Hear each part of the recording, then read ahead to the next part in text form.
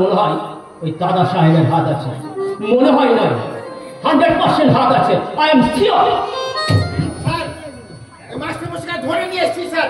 এই যা করো স্যার। আমি ভিতর কাজটা সেরে আসছি স্যার।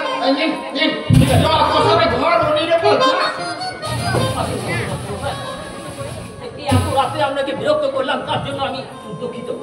আচ্ছা মাস্টারমশাই, এই অপহরণের পিছনে কার হাত আছে বলে আমরা বলি? সেটা বের করার দায়িত্ব পুলিশ অফিসারের।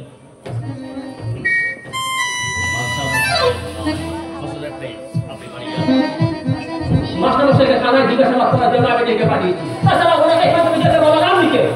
আপনার যদি কোনো কিছু জিজ্ঞাসা করার থাকে, সম্মানীয় মাস্টারমশাইকে সম্মানের সহিত আপনি ওনার বাড়িতে যাবেন। আর ওই কথা নিয়ে আপনি মাস্টারমশাইয়ের সাথে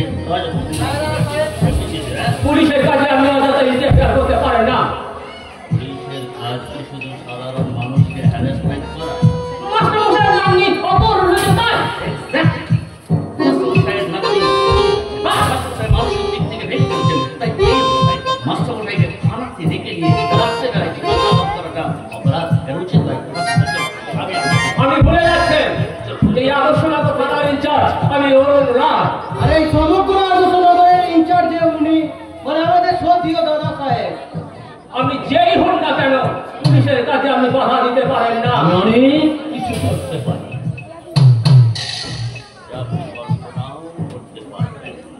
আমরা ভেবেছেন কি পুলিশকে তার কাজটি স্বাধীনভাবে করতে দেবেন না? হুমকি দেবে? আরে আগে দাদা সাহেবের হুমকিতে উইঙ্গিতে ওটা যত সব এমএলএ এমপি নেতা মন্ত্রীরা আছে না, সব ওঠে আর বসে, ওঠে আর বসে। আর আপনি তো পুলিশ অফিসার মিস্টার। আমি আবারও বলছি, আমি যত বড় নেতা হন না কেন, পুলিশের কাজে আপনি বাধা দিতে পারেন না। স্বাধীনভাবে আপনারা নিয়ে রাস্তায় দাঁড়িয়ে পানি ভর্তি ট্রাকের কাছে ঘর আদায় করছেন। নেতা মন্ত্রীরা শিখিয়েছিল থাকার জন্যই। নেতা মন্ত্রীরা পুলিশ থেকে যখন তখন যা পা বলে গালাগালি করে, আর আপনারা কি করেন? নত মস্তকে এটাকে সহ্য করে যাচ্ছেন। আমি ভুল করছেন, আমি কিন্তু ওই শ্রেণীর মধ্যে বলি না। আপনি কোন শ্রেণীর আপনার পূর্বপুরুষরা দলদাসে পরিণত হয়েছে, পুত্রস্ত্রীরাও দলদাসে পরিণত হয়েছে। আপনি একাকিত্ব হন, আপনিও এই শরীরের মতো আমার কথা মতো দলের কাজ করতে হবে। ওকে?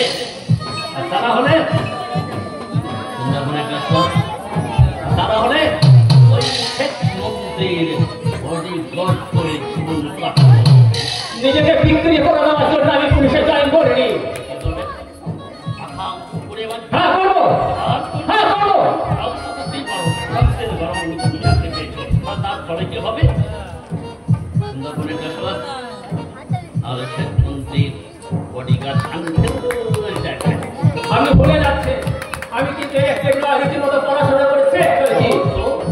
আমাকে প্রচুর পরিশ্রম করে এই জায়গায় আসতে হয়েছে।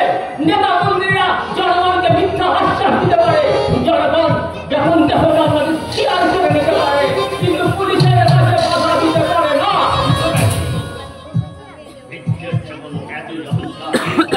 ওই নেতা মন্ত্রীদের মুখের উপর জমা দিচ্ছেন না কেন? কেন থেকে উচ্চ পদস্থ কর্মচারীর উপরে ছুড়ে ফেলছেন না? যে পথে গমন করেছে আপনিও সেই পথে গমন করুন। আর তা না হলে রজব মাস্টারমশাই নাম দিকে অপহরণ করে কোথায় নিয়ে গেছো? তা আমি কি করে বলবো? আমি তো জায়গা রাখিনি, আমার তো বাধা ছিল। রজব সত্যি করে বলো। আমি চুপ করো।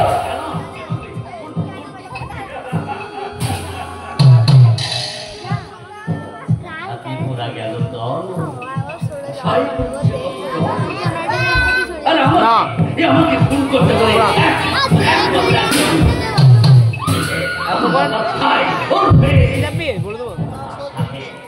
সুতরাং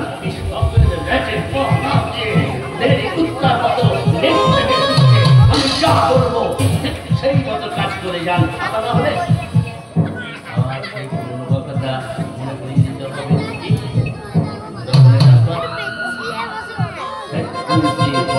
আমি বডিগার্ডের কাজ করতে করতে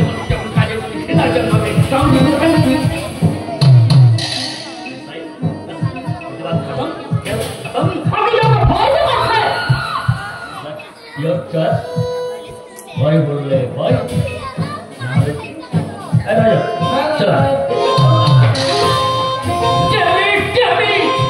ওই দাদা সাহেব নিজেকে কি মনে করে?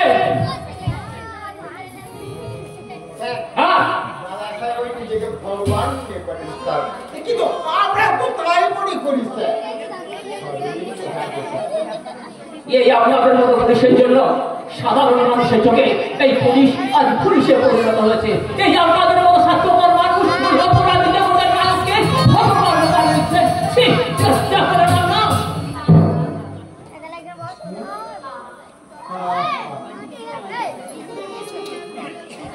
কি যে বলেন স্যার, কথা বলি হ্যাঁ বলুন।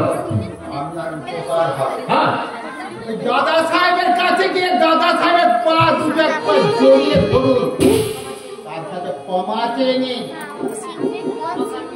আপনার উপকার হবে স্যার। What? হ্যাঁ, কথা শুনলেন না তো স্যার? তাহলে স্যার হ্যাঁ আপনি চলুন স্যার আপনার পথে, আমি চলি স্যার আমার করণীয় হয়ে যাবে স্যার। দাদা সাহেব, এবার তোমার জীবনে অন্ধকার ঘড়ি যাচ্ছে, সমস্ত তোমার আমি পেয়ে গেছি। তোমার জীবনে